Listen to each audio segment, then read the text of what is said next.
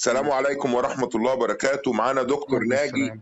يعني المدرب المحترم الخبير السوم دكتور ناجي، ايه تقييمك لبطولة العالم والاتنين اللي اشتركوا من مصر والنتائج اللي اخفقوا فيها دي؟ ممكن آه، نسمع منك تقييمك وتحليلك للموقف يعني. أنا تقييمي الموقف، وطبعا رامي بلال وحسام محققين بطولات قبل كده، وحسام تاني عالم وتاني وورلد جيمز، وبلال رامي بلال كان بيشارك على طول في بطولات أمريكا المفتوحة وميلانو، واخد تاني وورلد جيم قبل كده على ما أعتقد، ومستواهم كان عالي. يعني طبعا هم اتظلموا بكونهم اشتركوا بدون تجهيزات وبدون ان هم لعبوا على البساط ولا عسكروا لا داخل مصر ولا خارج مصر. ازاي لاعب هيشارك في بطولة عالم ما يأهلش نفسه ولا يجهز نفسه ولا يعسكر ولا ياخد حقه في التدريب الكافي ان هو هيواجه دول تانية قوية زي اوكرانيا وزي البرازيل وزي بلغاريا وزي اليابان نفسها صاحبة اللعبة؟ ازاي ما يجهزش نفسه ويروح يشارك في بطولة بدون اي اعداد وبدون اي تجهيز؟ ده اولا سوء تخطيط وسوء ادارة من صاحب القرار اللي خد قرار ان المجموعة دي تسافر بالحالة دي، غير ان هم اتنين بس مسافرين. طب ازاي هيلعبوا فرق؟ ازاي الفرق يعني خسران بطولة الفرق من قبل ما يشارك فيها؟ فده مجرد يعني على ما اعتقد ان هو كان تكملة اجراءات او تكملة اوراق، ومعروف ان هم مسافرين ومش هيجيبوا نتيجة اصلا يعني. والمستوى الفني اللي ظهروا بيه كان مستوى متواضع جدا. انا شفت الماتشات مباشر وشفت حالة الاثنين لاعبين، بصراحة حالة سيئة جدا. مفيش اي، باين عليهم الارهاق، باين عليهم التعب من اول لحظات المباراة، باين عليهم ان هم مش جاهزين، مفيش لياقة، مفيش فنيات. حتى حسام اللي هو اللاعب بتاعنا اصلا يعني كان دايما مشهور ان هو بيخلص الماتش في الاستارت الاولاني من قوته وطلعته القوية. في بداية المباراة كان بيخلص الماتشات، بيطلع طلعة قوية جدا، ستارت قوي في اللاعب الخصم، تاني زقة بيكون بره البساط، ما طلعش اي طلعة والطلعات بتاعته، وداخل على يمسك حزام وهو في حالة ضعف وحالة مش مظبوطة خالص. بالنسبة لرامي طبعا واضح جدا ان كان عنده اصابات في ركبته الاثنين، مش قادر يتحرك حركات مظبوطة، مش قادر ينزل تحت سكوات، يعمل التحية ولا يقعد، باين عليه يعني ما حركاته الفنية مش هو ده رامي اللي احنا متعودين نشوفه ونشوف قوته يعني.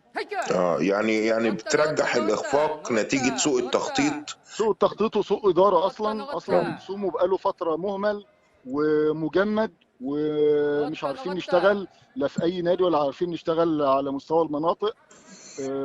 بعد ما عملنا بطولة ناجحة جدا في الدقهلية، منطقة الدقهلية بصراحة ما أثرتش وعملت بطولة ناجحة جدا.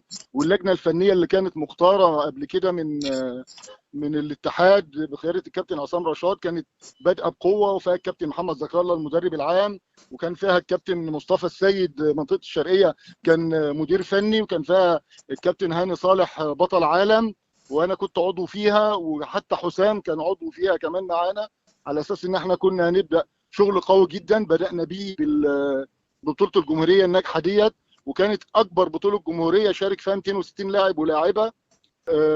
وكانت أول مرة تقام بطولة نسائية، وطلع فيها عناصر قوية جدا في جميع الأوزان، زائد 115 و115 و185 لاعبين بصراحة أقوياء جدا، وكنا متوقعين إن هم يشاركوا يبقوا أعضاء في المنتخب ويبدأوا يعسكروا ويبدأوا يجهزوا لبطولة أفريقيا اللي ما اتعملتش وبطولة العالم. والمفروض إن في يوم 22/10 بطولة الألعاب القتالية في السعودية، مش عارفين إيه اللي هيتم فيها برضه، في ضبابيه، مفيش معلومات واضحه، مفيش قرارات واضحه، مفيش تخطيط، مفيش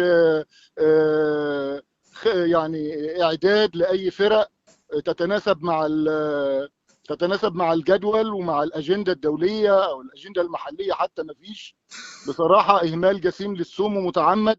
لو هم مش قد السومو خلاص يسيبوا السومو الناس تشرف عليه والناس تشغله، يا اما تحت مظله الاتحاد يا ده رأيي يعني بصراحة، يسيبوها لغيرها يا إما خلاص انت يقولوا. كنت شايف ان اللجنة ناجحة، بس تقابل النجاح بتاعها ده لإهمال من رئيس لإهمال الاتحاد. وإنكار، ما اعرفش ليه إهمال وإنكار مم. للمجهود اللي اتعمل، وفجأة كده بدون أي مبررات وكلام قيل وقال وقف جمد النشاط بدون أي سبب، اه بدون إعلان أي سبب، ودون إبداء أي رأي، غير إن بدأ يطلع تصريحات بكلمات معيبة في حق بتوع السومو، ما اعرفش ليه برضه يعني.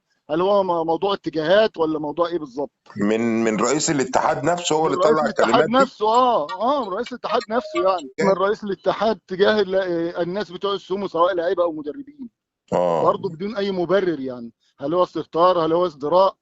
ما اعرفش يعني ايه السبب يعني، بالرغم ان على حد علمي ان اليابان حريصه كل الحرص ان لعبه السومو تنتشر في جميع دول العالم وبالذات في مصر، ولان السومو هي اللعبه الاولى في اليابان يعني. اللعبه اه الاولى في اليابان قبل الجودو وقبل الكاراتيه وقبل كل الالعاب.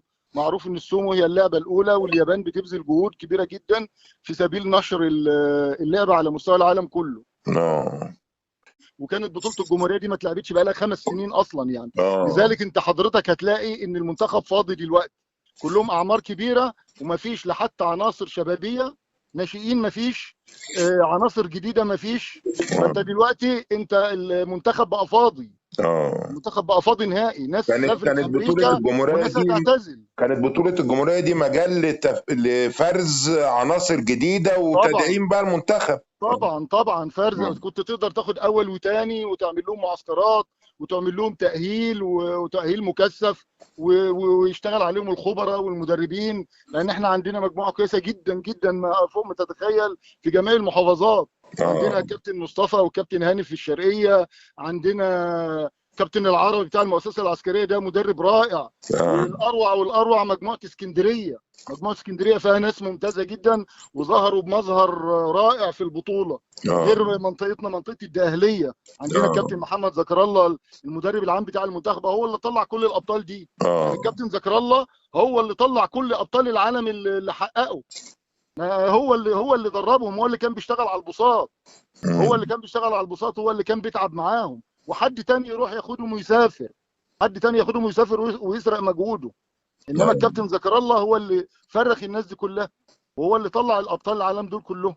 ومحدش يقدر ينكر، لو سالت اي بطل فيهم يقول لك اللي اشتغل معايا الكابتن زكر الله. طبعا منطقه الدهليه وانا موجود مع كابتن زكر الله طول عمري. وهو دلوقتي مكانه فين دلوقتي؟ موجود مثلا كمدرب منتخب ولا ايه بقى، ولا تم اهماله برضه؟ برضه هو اهمال الجميع، تم اهمال الجميع، تم اهمال الجميع، جميع المدربين تم اهمالهم، ومفيش اي اهتمام ولا في اي توجيه ولا في اي خطه ولا في اي اجنده للعب ولا تنسيق ولا الكلام ده كله. اتجمد، قال لك انا جمدت النشاط، ليه ما نعرفش. هو قال مفيش ابداء جمدت اي اسباب. يعني. كلمة تجميد النشاط دي اللي قالوها لي اللعيبة، دي كانت طالعة اه من بقه برضه. ايوه، هو اللي قال، هو اللي قال قال. انا جمدت النشاط، ليه ما اعرفش. امم ما اعرفش ليه، مش عاجبه بتوع السومو، ما اعرفش ليه. اه تنصح بيها يا دكتور؟ هي اللجنه تبقى مسؤوله، واللجنه تبقى مسؤوله وتحط خطه للنشاط وخطه للناشئين وخطه للمنتخب، ازاي هيطلع عناصر جديده، والناس اللي خدوا مراكز اولى وثانيه في البطوله الجمهوريه الاخيره ينضموا للمنتخب، ونبدا نعمل شغل جديد يمكن يظهر عناصر احسن ونبدا نشتغل معاهم، ويتحط خطه ويتحط ميزانيه ان انت بتجهز منتخب ينافس زي ما كان بينافس قبل كده وزي ما كان بيحقق. ما كانوش بيرجعوا الا يا اما بميداليه ذهب فضه برونز، ما يطلعوش كده يعني خويين الوفاض زي ما بيقال يعني. يعني فضيحه ومنظر غير لائق بمصر ان هي تظهر بالمنظر ده في البطوله دي. فلازم اللجنه ترجع تشتغل تاني اذا كان عايز يبدا يشتغل. ما اه هوش عايز بقى خلاص يعني، سيبنا احنا نشتغل وسيبنا نعمل اتحاد جديد. احنا اه قادرين نعمل اتحاد للسومو صح. ده. اللي قالوا قبل كده هنضم السامبو، والسامبو راح واستقل وناجح السامبو دلوقتي، وناجح السامبو بعيد عنهم. امم يعني بصراحة يعني موقف، يعني احنا يعني شعرين بحزن وأسى كبير جدا على الوضع اللي وصلت له اللعبة وعلى الوضع اللي وصل لعيبة المنتخب بصراحة يعني. طبعا طبعا. شكرا ليك يا دكتور، ألف شكر. تحت أمر، تحت أمر. لا تنسوا الاعجاب بالفيديو والاشتراك في القناة. تشجيعا لنا لنستمر بنشر المزيد إن شاء الله.